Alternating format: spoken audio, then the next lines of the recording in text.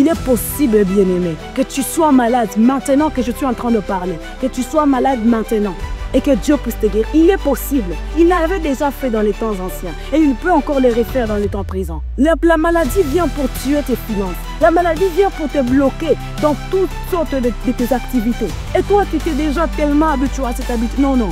Dieu n'est pas un amateur, Dieu n'est pas un débutant. Il sait ce qu'il fait, il sait de quoi il est capable. Il n'a pas commencé hier ni aujourd'hui, c'est depuis l'éternité et il continuera jusqu'à l'éternité.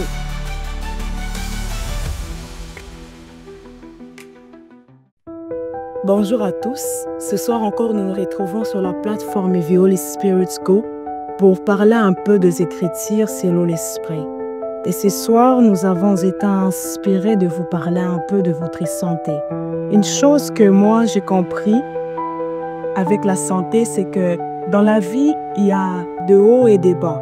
Comme pour tout le monde, il nous arrive de tomber malade, il nous arrive de nous sentir mal à l'aise. Peut-être ça peut être au niveau de la tête, au niveau du ventre, au niveau, je sais pas, de l'estomac, au niveau de l'appendice. Il y a tout un tas de mots que nous pouvons ressentir. Mais aujourd'hui, lorsque je lis les Écritures, j'ai essayé de consulter les Écritures pour comprendre que dit les Écritures sur notre santé, que dit les Écritures sur notre façon de nous présenter, physiquement surtout. Une chose que j'ai compris lorsque j'ai lu le livre de Romains, le chapitre 8, le verset 11, la Bible est en train de me dire « Et si l'esprit de celui qui a ressuscité Christ d'entre les morts vient en vous, il rendra à vos corps mortels la vie par son esprit. » Une chose que moi j'ai beaucoup aimé dans ces versets, c'est que d'abord on nous présente ce que l'Esprit de Dieu avait fait avant. Et puis après, on nous montre comment, même nous qui vivons dans ces temps, nous devons vivre cette promesse, quoi.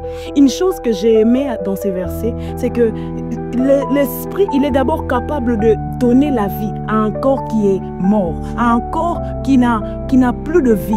L'Esprit est capable de lui redonner la vie. Maintenant, la question que je me suis posée, nous, lorsqu'il est juste question d'un mot de tête, nous n'avons pas assez de foi pour dire non, l'Esprit de Dieu peut me guérir de cela.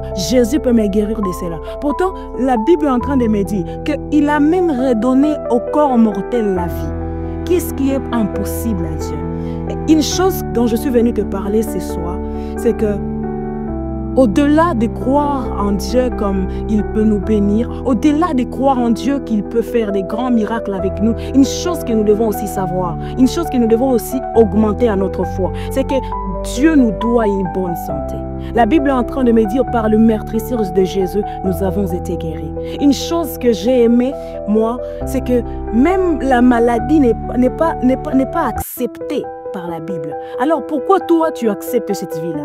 Tu t'es déjà habitué à passer la moitié de l'année à l'hôpital. Tu t'es déjà habitué à avoir des malaises comme je sais pas quoi, l'estomac ou alors les maux de tête ou alors le maux de ventre. Tu t'es déjà tellement habitué. Ça devient ta zone de confort. Pourtant, ce n'est pas là que Dieu t'attend. Dieu t'attend où? À une dimension bien plus élevée, une dimension de guérison. Une chose que tu dois savoir, bien-aimé, c'est que lorsqu'on marche avec Dieu, on ne peut pas marcher comme tous les autres. Il est vrai que les païens savent que tomber malade c'est normal. Mais pour nous, enfants de Dieu, est-ce que tomber malade c'est normal? Est-ce que vivre dans la maladie c'est normal? Tu t'es tellement installé dans cette maladie qu'elle est devenue ta vie. C'est pas normal. C'est pas normal. C'est pas à ça que Dieu t'a appelé. C'est pas à cela que c'est pas là que Dieu t'attend. Dieu t'attend bien plus loin que ça. Dieu veut te faire monter dans une autre dimension. C'est une dimension qu'il nous avait déjà donnée depuis la mort et la résurrection de Christ. Et une chose à laquelle je suis venue t'appeler ce soir, c'est à croire en une guérison miraculeuse. Il est possible, bien-aimé, que tu sois malade maintenant que je suis en train de parler, que tu sois malade maintenant et que Dieu puisse te guérir. Il est possible. Il l'avait déjà fait dans les temps anciens et il peut encore le refaire dans les temps présents. Parce que la Bible est en train de me dire, Jésus est le même hier, aujourd'hui et éternellement. Et lui-même, il est en train de dire, l'esprit qui vit en toi. L'autre jour, on a vu comment nos corps sont des temples du Saint-Esprit. Et lorsque l'esprit vit en nous, est-ce qu'il va vivre dans un temple où il y a la maladie? Une chose que je t'avais dit la fois passée, c'est que ton corps, c'est l'instrument que Dieu va utiliser pour que la gloire de Dieu soit manifeste ici sur terre. Et toi, est-ce que tu as cette foi-là? Il dit, il est possible que Dieu me guérisse maintenant, sans condition, sans haut et bas. Il est possible que Dieu me visite. Il est possible que Dieu me guérisse, complètement guéri. Il est possible, parce qu'il l'avait déjà fait. Ce n'est pas avec toi qu'il va commencer.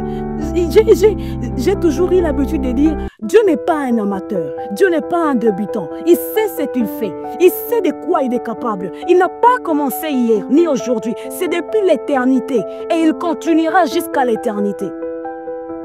Une chose que nous devons comprendre avec Dieu, c'est que Dieu, il est multisystème. Il n'est pas comme les hommes. Il n'a pas besoin que tu prennes des médocs pour guérir. Il peut te guérir lui-même. Il suffit juste d'élever ta foi. D'élever ta foi. La maladie vient pour tuer tes finances. La maladie vient pour te bloquer dans toutes sortes de tes activités. Et toi, tu t'es déjà tellement habitué à cette habitude. Non, non. Sors de cette dimension. Monte encore un peu. Monte encore un peu. Et demande à Dieu, la vie des maladies n'est pas la mienne. La vie des malades, c'est un peu comme une honte pour Christ. Parce que Christ, lui, il est mort et ressuscité. Il n'est pas resté éternellement dans la tombe. Il a été ressuscité par le Saint-Esprit. Et la Bible te témoigne, elle te dit, le Saint-Esprit qui a ressuscité Christ, il est capable aussi de ressusciter ta santé. Ce n'est pas pour rien qu'il a dit ça. Élevons encore un peu notre foi, que les païens puissent témoigner de notre attitude.